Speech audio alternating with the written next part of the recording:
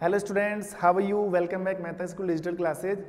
पिछले लेक्चर के अंदर हमने सेकंड चैप्टर स्टार्ट कर दिया था और चैप्टर का जो टाइटल था, चैप्टर का जो नाम था वो था क्या हमारे आसपास के पदार्थ शुद्ध है। ठीक है, क्या हमारे आसपास के पदार्थ शुद्ध है।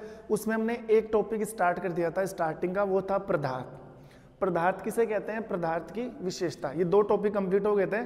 आज की जो क्लास रहेगी वो उसी कड़ी को मैं आगे कन्वर्ट कर रहा हूँ, उसी को आगे बढ़ा रहा हूँ और हेडिंग है पदार्थ की अवस्थाएं। पदार्थ की अवस्थाएं, स्टेजेज ऑफ मैटर। पदार्थ की कितनी अवस्था होती है? हालांकि ये भी मैंने डिफाइन किया था, पदार्थ की 5 अवस्था होती है, ठोस, द्रव, गैस। ठोस, द्रव और गैस। और एक नंबर 4 पर थी प्लाज्मा और नंबर 5 पर थी BEC, बोस आइंस्टीन कंडेंसेट। तो हमें 3 टाइप की पढ़नी है, ठोस, द्रव और गैस। ठीक है,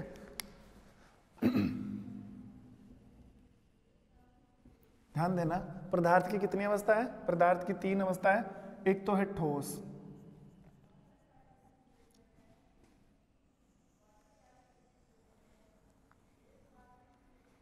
ठोस है। ठोस के बाद में द्रव, और द्रव के बाद में कौन सी है? ठोस है, द्रव है और फाइनली लास्ट कौन सी है? गैस। ये 3 पदार्थ की बेसिक अवस्थाएं हैं।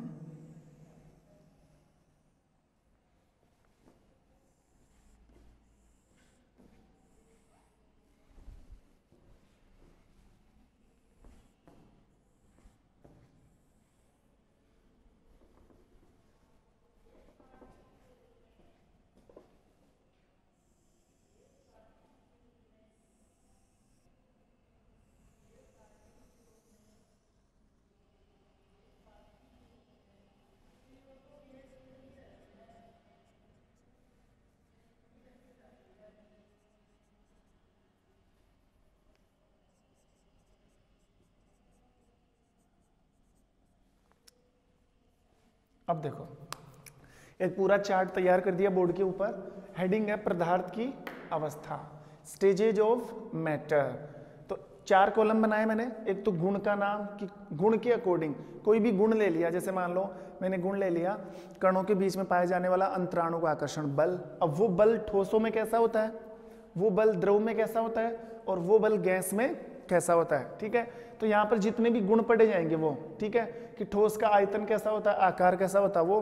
तो एक कॉलम गुण का नाम, एक में ठोस, एक में द्रव और एक में गैस। तो आप ये जो टॉपिक है इससे 2 चीज क्लियर हो जाएगी। एक तो ये कि हमें ठोस, द्रव और गैस की कंप्लीट जानकारी हो जाएगी। सेकंड ये कि तीनों में हम अंतर भी स्थापित कर सकते हैं। जैसे क्वेश्चन आया ना कि पदार्थ की अवस्थाओं में या ठोस और द्रव और गैस में 4 अंतर बताइए, तो वो भी तैयार हो जाएगा। तो स्टार्ट करने जा रहा हूं। सबसे पहला जो पॉइंट है वो है आकार, आकार और आयतन। पहला पॉइंट कौन सा है? आकार एवं आयतन।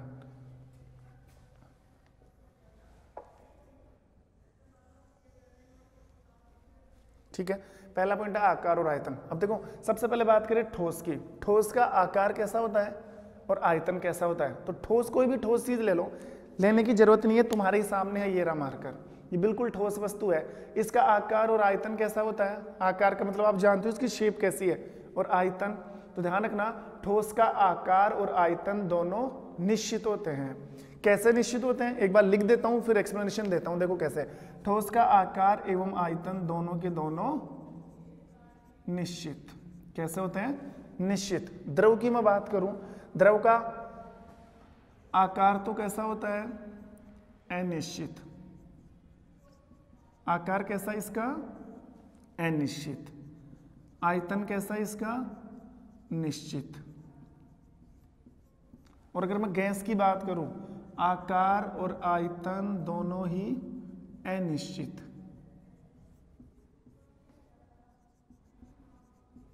आकार भी अनिश्चित और आयतन भी अनिश्चित, दोनों ही अनिश्चित। देखो इस पहले पॉइंट को समझना। पहला पॉइंट किसके लिए तैयार किया गया है? पहला पॉइंट है आकार एवं आयतन के लिए। सुनना ध्यान से। आकार आप समझते हो कि कैसा रूप होता है, ठीक है, कैसी शेप होती है, और आयतन का मतलब होता है कि वो कितनी जगह कवर कर रहा है। तो ठोस का आकार और आयतन दोनों फिक्स्ड है। ठोस का आकार भी निश्चित होता है और ठोस का आयतन भी निश्चित होता है। कैसे? जैसे मार्कर है, इस मार्कर का आकार फिक्स है, ये मार्कर आज भी इसी शेप में रहेगा, कल भी इसी शेप में रहेगा, परसों भी इसी, 1 महीने के बाद भी, 1 साल में भी। क्या ऐसा है कि इस मार्कर को मैं आज ऐसा रखूं या इस मार्कर को मैं टेबल के ऊपर ऐसा रख दूं तो कल मार्कर चेंज हो जाएगा? मार्कर छोटा सा है, मार्कर बहुत मोटा हो जाएगा, या मार्कर बिल्कुल पतला सा सिकुड़ जाएगा, बिल्कुल छोटा सा हो जाएगा? ऐसा नहीं है, इनका आकार फिक्स है। मतलब जैसा ठोस का आकार होता है ना वैसा ही आकार होता है, इनके आकार में कोई चेंज नहीं आता। अब क्यों नहीं आता वो तो पूरा पढ़ने से पता लगेगा। समझ गए ना कि ठोस का आकार निश्चित कैसे होता है। और आयतन का मतलब ये है कि ये इतनी जगह कवर करेगा, जितनी जगह इसने मेरे हाथ पर कवर कर रखी ना, इतनी जगह ये टेबल पर कवर करेगा, या इसको आपने किसी नोटबुक पर रख दिया तो उतनी जगह कवर करेगा, आपने इसको बोर्ड पर लगाया तो भी इतनी जगह। जितना इसका आकार है ना उतनी जगह। जैसे मान लो कोई बॉल है, गोल है, गेंद है, गेंद, तो गेंद का आकार फिक्स है, जितनी है वैसे ही रहेगी, ठोस रहेगी ना। तो उस गेंद को आप कटोरी में रखो उतना ही आकार है, उसको थाली में रखो उतना ही, उसको प्लेट में रखो, उसको टेबल पे रखो, जितनी जगह वो कटोरी में कवर कर रही है उतनी थाली में, उतनी प्लेट में, उतनी टेबल पर। तो ये है कि ठोस का आकार और आयतन क्या होता है? निश्चित। समझ गए? अब आ जाओ किसमें? द्रव में। द्रव का आकार अनिश्चित होता है। द्रव का आकार, और द्रव का मतलब होता है पतली चीजें, पानी की तरह पतली, जैसे पानी है, चाय है, दूध है, छाछ है, ठीक है, ये सब क्या होते हैं? द्रव होते हैं। और द्रव का आकार फिक्स नहीं है। आकार फिक्स इसलिए नहीं है कि आप समझो, जैसे मान लो हमारे पास ये कोई ग्लास है, ठीक है, ये कोई प्लेट है, ठीक है, और ये कोई बड़ा बीकर है। ये ग्लास, ये प्लेट, ये बीकर। अब इसमें आप द्रव डालोगे ना, द्रव पतला होता है, द्रव को आप जिस बर्तन में डालोगे वो उस बर्तन का ही रूप ले लेता है। अगर पानी, जैसे मैं एग्जांपल ले लूं, पानी को आपने गिलास में डाला तो पानी कौन सा आकार ले लेगा? गिलास का आकार। जैसे जैसे गिलास भरता जाएगा उसने किसका आकार ले लिया? गिलास का आकार। पानी को अगर आप प्लेट में या थाली में डालोगे तो वो फैल जाएगा, वो थाली का आकार ले लेगा, ठीक है। और पानी को आप बड़े बीकर में या, ठीक है, या बड़े मग में डालोगे, बड़े टब में डालोगे तो टब का आकार ले लेगा। तो सोचो, पानी को आप जिस बर्तन में डाल रहे हो ना, तो पानी क्या है? द्रव।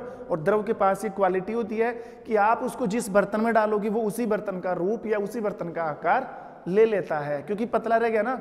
अब जैसे ठोस चीज मार्कर है, तो मार्कर को आप गिलास में रखोगे तो भी यही आकार रहेगा, इसको आप प्लेट में रखोगे तो भी यही आकार, इसको आप टब में रखोगे तो भी ये आकार, क्योंकि ठोस रह गया ना। ठोस का आकार चेंज नहीं होता है, लेकिन द्रव का आकार बदलता है। और आकार कैसा बदलेगा? मैं तुमसे पूछूं कि द्रव का आकार कैसा होता है, तो तुम बोलोगे सर द्रव को आप जिस बर्तन में रखोगे द्रव वैसा ही रूप या वैसा ही आकार ले लेता है। लेकिन द्रव का आयतन निश्चित होता है।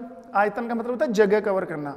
जितना द्रव है ना, जैसे मान लो 1 लीटर द्रव है, या मैं बोलूं 100 ml द्रव है, 100 मिलीलीटर द्रव है, तो 100 मिलीलीटर जितनी जगह कवर करेगा गिलास में, 100 मिलीलीटर जितनी जगह कवर करेगा प्लेट में, 100 मिलीलीटर जितनी जगह कवर करेगा टब के अंदर, ठीक है। हालांकि आकार बर्तन का ले लेगा, लेकिन जगह तो उतनी कवर करेगा ना जितनी उसकी क्षमता है।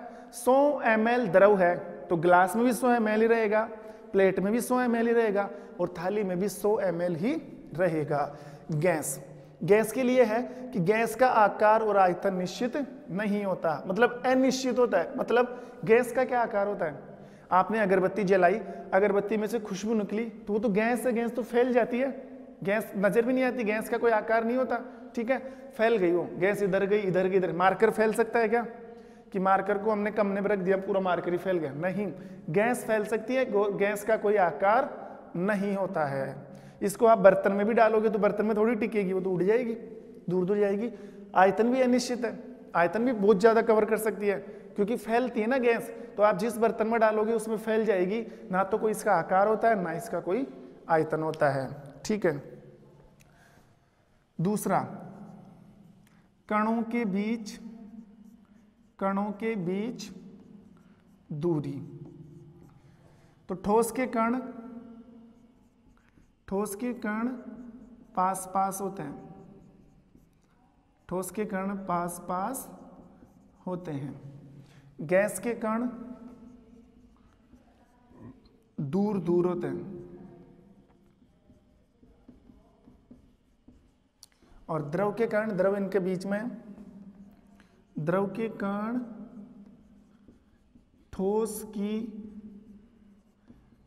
की तुलना में दूर एवं ठोस की तुलना में दूर एवं द्रव की तुलना में पास, द्रव की तुलना में पास। देखो कणों के बीच की दूरी, सेकंड पॉइंट क्या है, कणों के बीच की दूरी। अब पॉइंट क्या है, कण, इनके जो कण हैं, जैसे ठोस के कण, उनके बीच में दूरी कितनी होती है, तो ठोस के कण तो पास पास होते हैं। आप सोच सकते हो, आप दिमाग लगा सकते हो, मार्कर है इसके कण, सॉरी मार्कर है मार्कर है, इसके कण पास में, तो कण बिल्कुल जस्ट पास में रह गए ना, तभी तो इसने रूप कैसा ले लिया, ठोस ले लिया, तभी तो इसका आकार कैसा है, फिक्स है। इसका आकार निश्चित है ना, उसका यही रीजन है कि इसके कण कैसे होते हैं, पास पास में। इसके कण ऐसे पास पास आ गए ना, बिल्कुल बिल्कुल ठोस के कण आपस में चिपके रहते हैं, इनके बीच में जबरदस्त बल पाया जाता है। इसी कारण से ठोस कैसा रूप ले लेता है, सॉरी कोई भी ठोस वस्तु कैसा रूप ले लिए, हार्ड रूप ले लेती है, कठोर रूप ले लेती है, ठीक है, और इनका आकार क्या हो जाता है, निश्चित हो जाता है। कण, द्रव के कणों की बात करोगे ना, तो ठोस की तुलना में तो थोड़ी दूर दूर है। जैसे ये कण देखोगे ना आप, ऐसे ऐसे बिल्कुल पास पास के कण तो किसके मिलेंगे, ठोस के मिलेंगे। लेकिन जो द्रव के कण होते हैं, द्रव के कण थोड़ा सा कैसा मिलेगा, थोड़ा सा दूर दूर, ऐसे द्रव के कण देखो ऐसे, ठोस की तुलना में थोड़े से क्या होते हैं, दूर दूर होते हैं। दूर दूर होता है ना, तभी तो द्रव फैल जाता है। अगर कण बिल्कुल जस्ट पास में होते हैं तो फैलता ही नहीं। इसके कण दूर दूर होने से इसका आकार कैसा हो जाता है, अनिश्चित। जिस बर्तन में डालोगे वैसे ही फैल जाएंगे, वैसा ही रूप ले लेगा, और इनका आकार अनिश्चित है। और उसका सबसे बड़ा रीजन यही है कि गैस के कण दूर दूर होते हैं, एक कण यहाँ, एक वहां, एक कण यहाँ पर है, एक यहाँ पर है, एक यहाँ पर, एक यहाँ पर। तो देख लो, इसके कण जस्ट पास में, इसके कण ठोस की तुलना में दूर, लेकिन गैस की तुलना में पास। और गैस के कण दूर दूर होते हैं, गैस के कणों के बीच में बल नहीं पाया जाता, कमजोर बल होता है, तो कण आपस में फैल जाते हैं, दूर दूर होते हैं। जैसे मान लो 4 लड़के एक लाइन में खड़े हैं, उन्होंने अपना हाथ कस के पकड़ रखा है, तो बिल्कुल पास पास में, उन्होंने अपना हाथ छोड़ दिया, थोड़ा सा दूर चले गए, और वो लड़के बहुत दूर दूर फैल गए ऐसे, तो वो किधर भी जा सकते हैं। जिन्होंने हाथ पकड़ रखा है वो कहीं नहीं जा सकते, और जिन्होंने हल्का हाथ पकड़ रखा है वो भी नहीं जा सकते, थोड़ी दूर तक जा सकते हैं, लेकिन उसको जल्दी से पकड़ा जा सकता है। लेकिन जो बहुत दूर दूर है वो तो किधर भी जा सकते हैं। तो ऐसे ही ठोस के कण पास में, द्रव के कण ठोस की तुलना में दूर, लेकिन गैस की तुलना में पास में होते हैं, और गैस के कण दूर दूर होते हैं। तीसरा पॉइंट है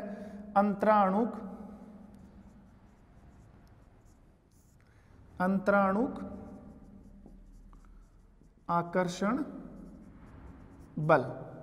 अंतराणुक आकर्षण बल, अंतराणुक आकर्षण बल का मतलब ये है कि जो ठोस के कण है, अंतराणुक समझो, इस शब्द को समझो, अंतराणुक आकर्षण बल है। अंतराणु का मतलब है दो अणुओं के बीच में, दो अणुओं के, ये अणु, ये अणु, ये अणु, ये अणु, ये अणु, तो ये ठोस के अणु हैं, कितने सारे, 1 2 3 4 6 अणु बना दिया। तो इन अणुओं के बीच में जो बल है, अंतराणुक आकर्षण बल, इन अणुओं के बीच में जो आकर्षण बल है, दो अणुओं ने आपस में एक दूसरे को खींच रखा है, जिससे अटैच हो रहे हैं, उसे बोलते हैं अंतराणुक आकर्षण बल। और ठोसों में अंतराणुक आकर्षण बल कैसा होता है, उच्च होता है, मतलब हाई होता है। आप समझ सकते हो, ठोस है, इनके अणुओं के बीच में जो आकर्षण बल है कैसा है, उच्च। उच्च का मतलब है इनके अणुओं के बीच में अंतराणुक आकर्षण बल काफी है, बहुत ज्यादा है, बहुत हाई है, इन्होंने एक दूसरे को कसकर बांध रखा है। इन कणों के बीच में जो बल है ना वो हाई है, उच्च है, तभी तो ठोस को तोड़ा नहीं जा सकता। तभी तो ठोस कैसा है, ठोस होता है, कठोर रूप ले लेता है, ये दूर दूर नहीं फैलता। और गैसों की बात करो ना, तो गैस के कण तो ऐसे दूर दूर होते हैं, गैस के कण तो दूर दूर होते हैं, तो इनके कणों के बीच में जो अंतराणुक आकर्षण बल है बहुत कमजोर है, ठीक है। इनके कणों के बीच में अंतराणुक आकर्षण बल कैसा होता है, निम्न। और निम्न होने के कारण ही ये कण दूर दूर, क्योंकि कणों के बीच में कोई बल ही नहीं है, कणों ने एक दूसरे को आकर्षित नहीं कर रखा, तो दूर दूर जा रहे हैं आराम से। फिर ये जो द्रव आता है वो बीच का रह जाता है। इनके अणु जो अंतराणुक आकर्षण बल है वो ठोस की तुलना में तो क्या है, ठोस की तुलना में कम एवं गैस की तुलना में गैस की तुलना में क्या है, अधिक। गैस की तुलना में क्या है, अधिक। इन कणों के बीच में अंतराणु का आकर्षण बल हाई होता है, इनमें लो होता है। और अगर द्रव की बात करें तो ठोस की तुलना में कम होता है, लेकिन गैस की तुलना में ज्यादा होता है, क्योंकि ये बीच वाली अवस्था आ गई ना, कण ना तो दूर है ना ही पास में है। कितने पॉइंट पढ़ लिए, 3। पॉइंट नंबर 4,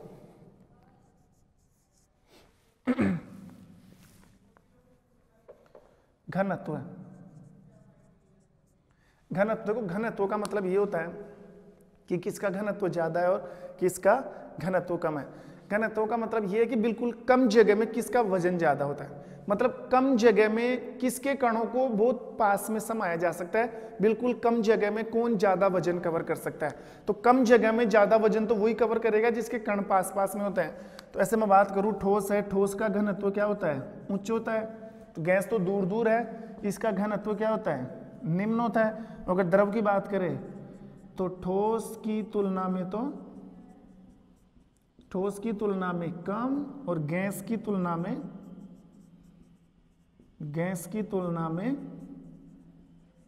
अधिक। गैस की तुलना में अधिक। पॉइंट नंबर 5,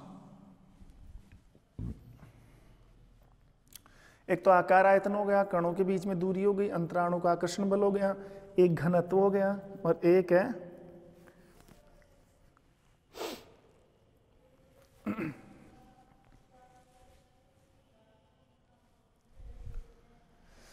एक पॉइंट और रह गया इसका, और एक पॉइंट कौन सा है,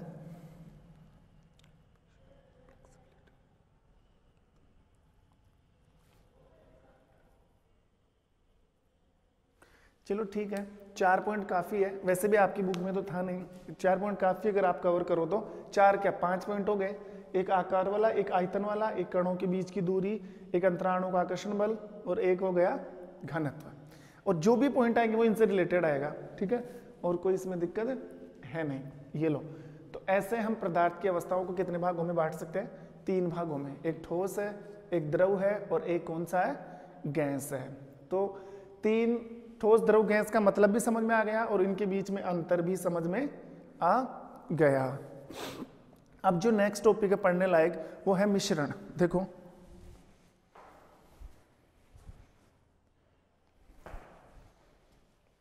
जो नेक्स्ट टॉपिक है पढ़ने वाला, वो कौन सा टॉपिक है, मिश्रण।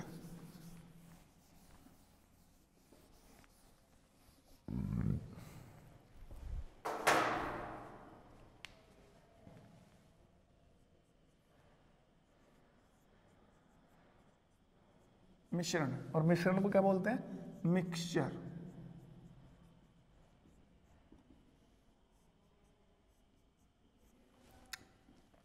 मिश्रण को क्या बोलते हैं, मिक्सचर। एक टॉपिक हमारा कंप्लीट हो चुका है, और एक टॉपिक था पदार्थ। तो पदार्थ किसे कहते हैं, पदार्थ की अवस्थाएं और पदार्थ की विशेषताएं, ये सारे टॉपिक हमारे क्लियर हो चुके हैं। जो नेक्स्ट टॉपिक है पढ़ने लायक, वो है मिश्रण, मिक्सचर। तो मिश्रण किसे कहते हैं, देखो मिश्रण में सीधी सी बात है, 2 या 2 से अधिक यौगिक मिलकर, 2 या 2 से अधिक यौगिक मिलकर जिस कारक या जिसका निर्माण करते हैं उसे मिश्रण कहते हैं। 2 या 2 से यौगिक से मिलकर बनी हुई वस्तु को क्या बोलते हैं, मिश्रण बोला जाता है। और मिश्रण के लिए स्पेशल ध्यान रखना, मिश्रण में किसी भी प्रकार का कोई रासायनिक बंध नहीं पाया जाता है। देखो मिश्रण से क्या तात्पर्य है, 2 या 2 से अधिक, 2 या 2 से अधिक यौगिक मिलकर मिश्रण का निर्माण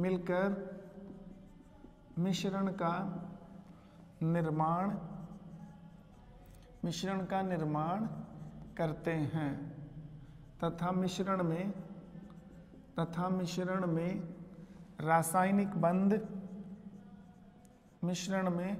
तथा मिश्रण में रासायनिक बंध नहीं पाए जाते हैं। 2 या 2 से अधिक यौगिक मिलकर मिश्रण का निर्माण करते हैं तथा मिश्रण में रासायनिक बंध नहीं पाए जाते हैं। यौगिक का मतलब, जैसे मैं एग्जांपल ले लूं, एक एग्जांपल ले लिया मैंने, नींबू का रस। अब जो नींबू का रस है ना, नींबू का रस एक प्रकार का क्या है, मिश्रण है। नींबू का रस क्या है? मिश्रण। और मिश्रण किससे बनता है? एक से ज्यादा यौगिकों से मिलकर, एक से ज्यादा यौगिकों से मिलकर। अब जैसे यौगिक की मैं बात करूं, नींबू के रस की बात करें तो इसमें कौन कौन से यौगिक है? ये किस किस से मिलकर बना है? इसको बनाने के लिए जल की जरूरत पड़ी, चीनी की जरूरत पड़ी, नींबू का रस, नमक। तो कितने यौगिक? जल भी एक प्रकार का यौगिक है, शुगर भी एक प्रकार का यौगिक है, नींबू का रस भी यौगिक है और नमक भी क्या है? यौगिक। तो चार चार यौगिकों ने मिलकर जिसको बनाया है उसे बोलते हैं मिश्रण। और मिश्रण में इनकी मात्रा कोई फिक्स नहीं होती। जैसे मैं एग्जांपल ना, यौगिक कैसे बनता है? यौगिक बनता है 2 या 2 से अधिक तत्वों से, लेकिन उन तत्वों की मात्रा फिक्स होनी चाहिए, उनका परमाणु भार फिक्स होना चाहिए। एक निश्चित अनुपात में, एक निश्चित परमाणु भार में तत्वों को जोड़कर ही क्या बनाया जा सकता है? यौगिक बनाया जा सकता है। लेकिन यहाँ पर मिश्रण बनाने के लिए जरूरत पड़ती है यौगिक की, और ये कोई जरूरी नहीं कि आप यौगिक निश्चित अनुपात में बनाओ, और ये भी कोई जरूरी नहीं है इनके बीच में किसी रासायनिक प्रकार का बंध हो। आप कितना भी मिला सकते हो, कितना भी जल डालो, कितनी भी चीनी डालो, कितना भी डालो, हालांकि वो घुल कर कैसे भी जो तैयार होगा वो क्या होता है? मिश्रण होता है। मिश्रण के अन्य एग्जाम्पल आप ले सकते हो, जैसे मिट्टी भी एक प्रकार का मिश्रण है, ठीक है, वायु भी एक प्रकार का मिश्रण है। इसके अलावा मैं एग्जाम्पल लूँ, शरबत भी एक प्रकार का क्या है? मिश्रण है। मिट्टी है, वायु है, शरबत है, ये सब एक प्रकार के क्या होते हैं? मिश्रण होते हैं। ऐसे तो इसे बोलते हैं मिश्रण। और मिश्रण के कितने प्रकार होते हैं? 2 प्रकार, 2 टाइप के मिश्रण होते हैं, एक सममांगी मिश्रण और एक विषमांगी मिश्रण। मिश्रण कितने प्रकार के होते हैं? 2 प्रकार के। एक तो सममांगी मिश्रण और एक कौन सा मिश्रण है? विषमांगी मिश्रण। एक तो सममांगी मिश्रण और एक कौन सा मिश्रण है? विषमांगी मिश्रण। अब सममांगी मिश्रण किसे कहते हैं, विषमांगी मिश्रण किसे कहते हैं, देखते हैं।